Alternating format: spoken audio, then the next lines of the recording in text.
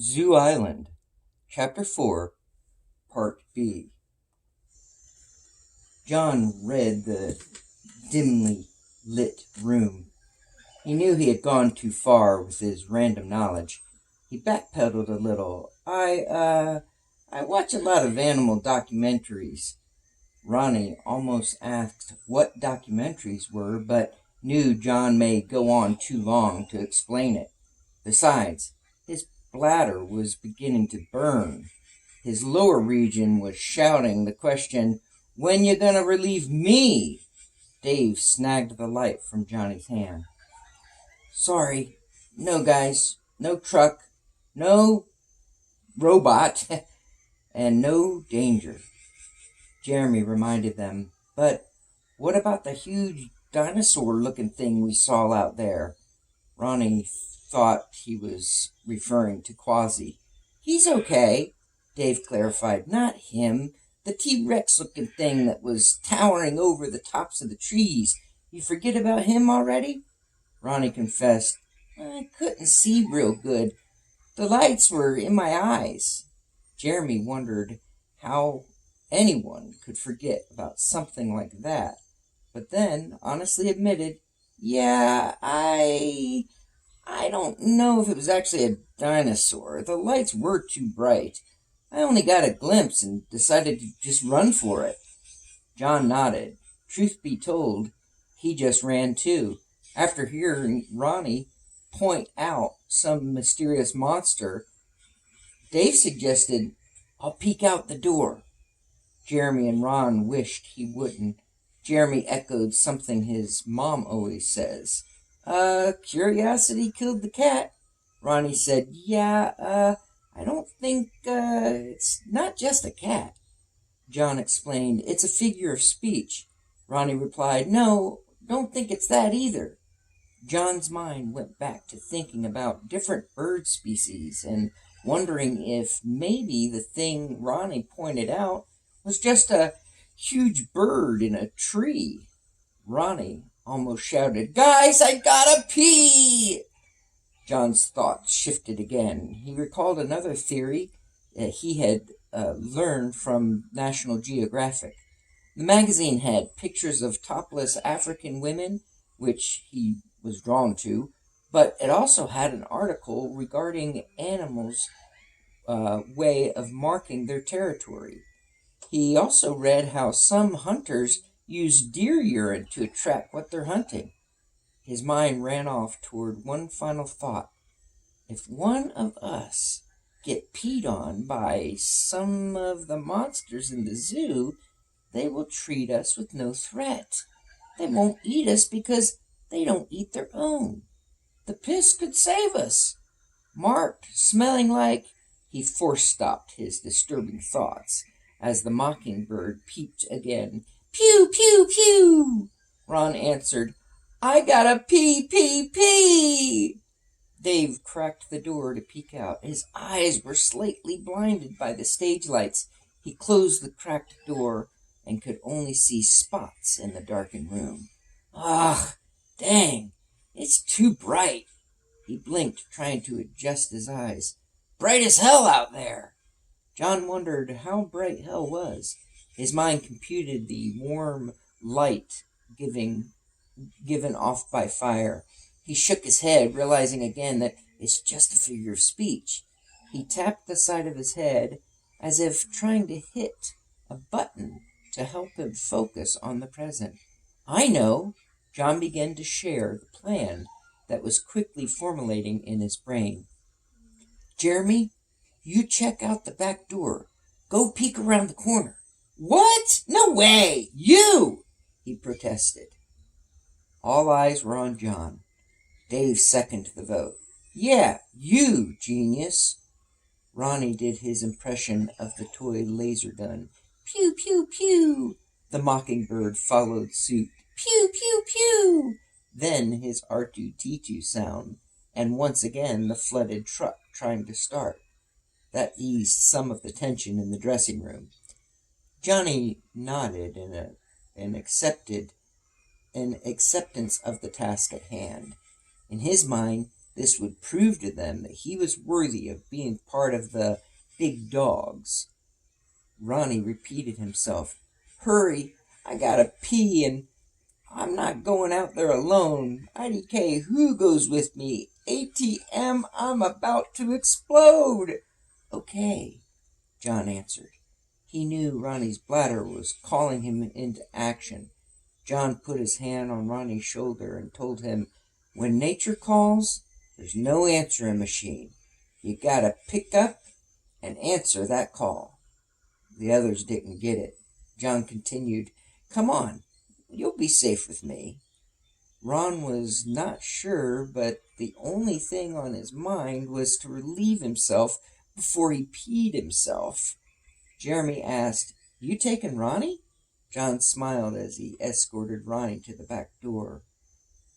When you gotta go, you can't say no. You can't stop the rain. Ronnie farted.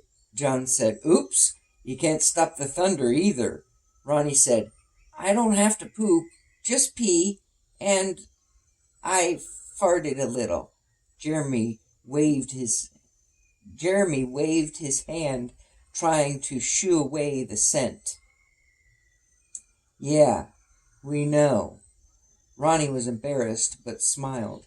Anytime they could literally fart on a friend, it was sweet revenge for disgusting things that they had done to you in the past.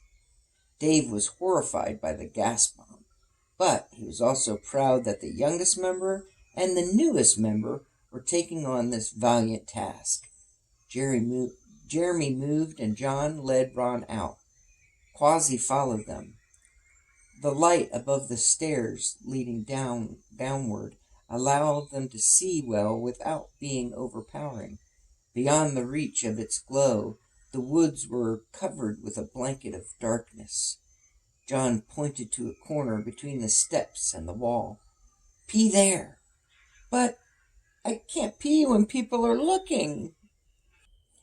No one is watching, Ronnie. There's no one watching. No one is here but me and Quasi, and we ain't looking.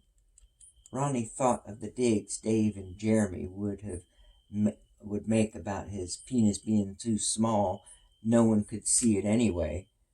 John hugged the wall as he moved to the edge nearest the front. He saw nothing but lit, empty seats in the amphitheater. He slowly moved his eyes upward to the trees, while also glancing back, checking on Ronnie. Are you going? Go, 'cause we may have to run. I'm trying, but just then, the noise of a loud creaking and scraping metal filled the air, ending with a crash followed by a splash. Ba-boom, boom, boom, kerplash! It echoed.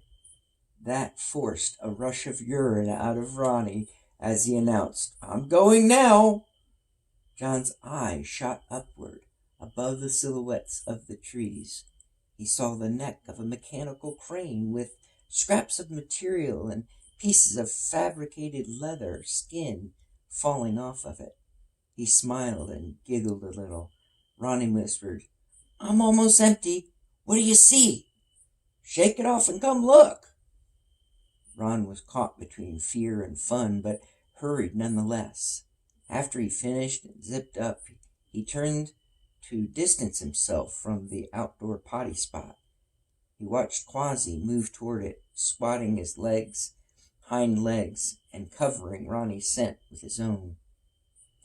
John crouched down as Ronnie ran up from behind. His eyes followed a spotlight beaming up from behind the trees, revealing the fully fake, long-necked, animatronic monster. Ron spoke. It's nothing but a decaying robot. Isn't anything on this island real?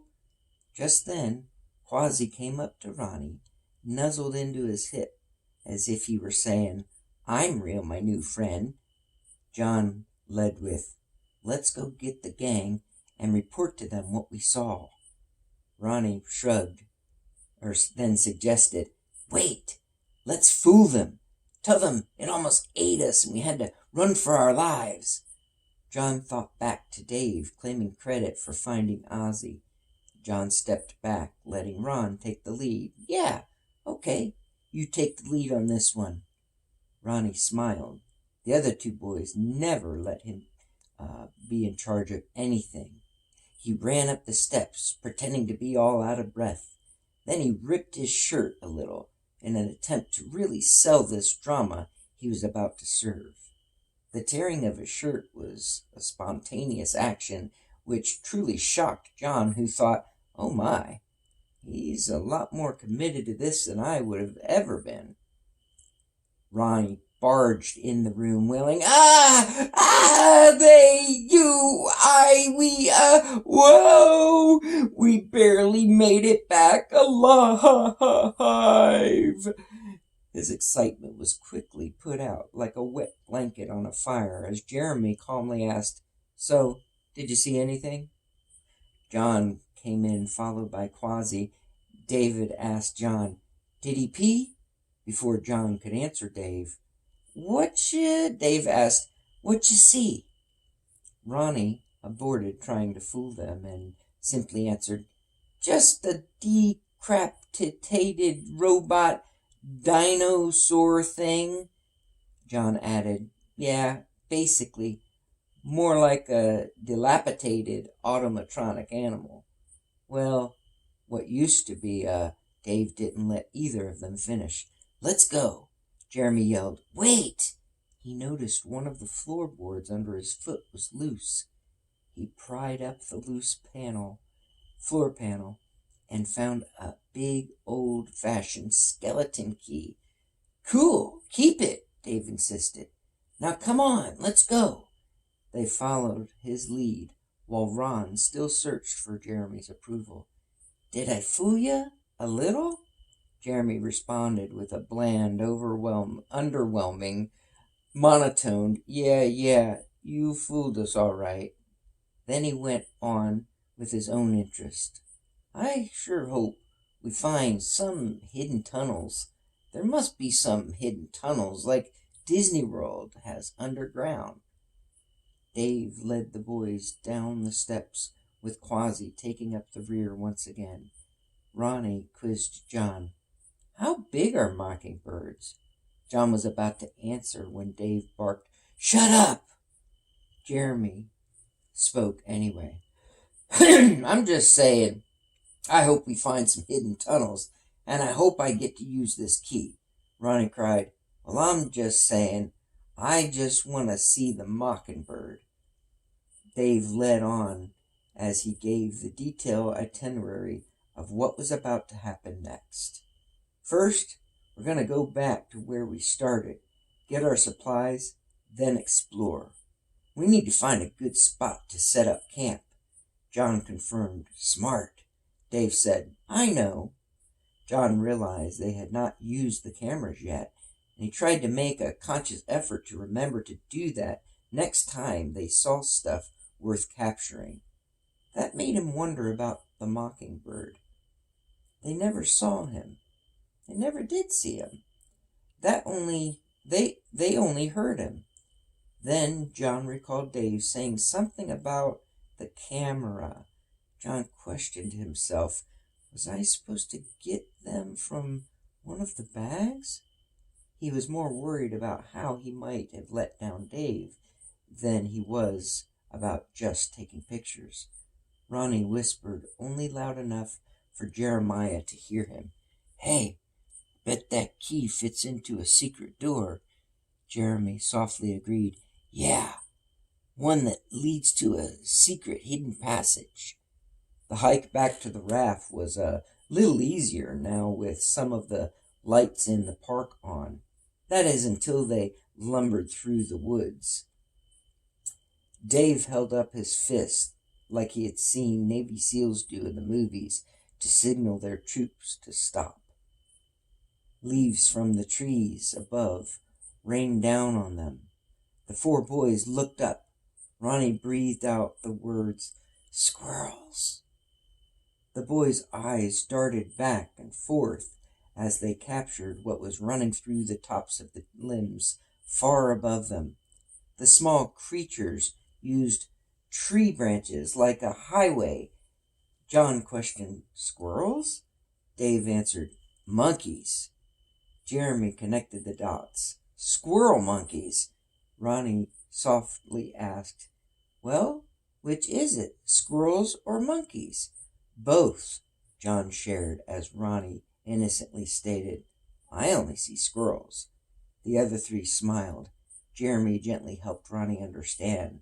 They are monkeys. Squirrel monkeys are a type of small monkeys. Ronnie looked with amazement at how fast they maneuvered over the canopy of trees. Oh, wow! Look at 'em go! Dave dropped his fist, then cranked his shoulder, arm, and hand, motioning them to carry on. Dave told them, when I hold up my fist, it means stop. And when I do this with my arm going forward, it means let's move on. And if I do this, he made a peace symbol with his fingers, pointed them at his eyes, then pointed outward. It means look, wherever I'm pointing. Although they all knew the nonverbal commands, after all, they saw all the same movies, Dave felt self-important enough to be sure they knew that he knew, and that he was in charge. Ronnie spoke up, offering a riddle-like joke that seemed to relate to their adventure. Hey, if you're Russian when you're in the hut, and you're German when you leave the hut, and you are a person from London, Jeremy added, United Kingdom. Ronnie continued his best to deliver the question leading to the answer. Yeah. When you go to the toilet, what are you? His three friends all answered, European. Ronnie replied with discouragement, Aw, you guys knew that one? Jeremy said, even I knew that one, and I'm Canadian. Dave shouted, shut up and come on, or I'll beat you with this stick I'm using to knock down spider webs. After hearing that, they were honestly more afraid of Dave than they were of spiders, and they were all creeped out by spiders. As a matter of fact, they weren't just creeped out, they were deathly afraid of spiders. A song entered Ronnie's head, but it wasn't time for singing. He thought to himself, whoever said out of sight, out of mind, never had a spider in their house.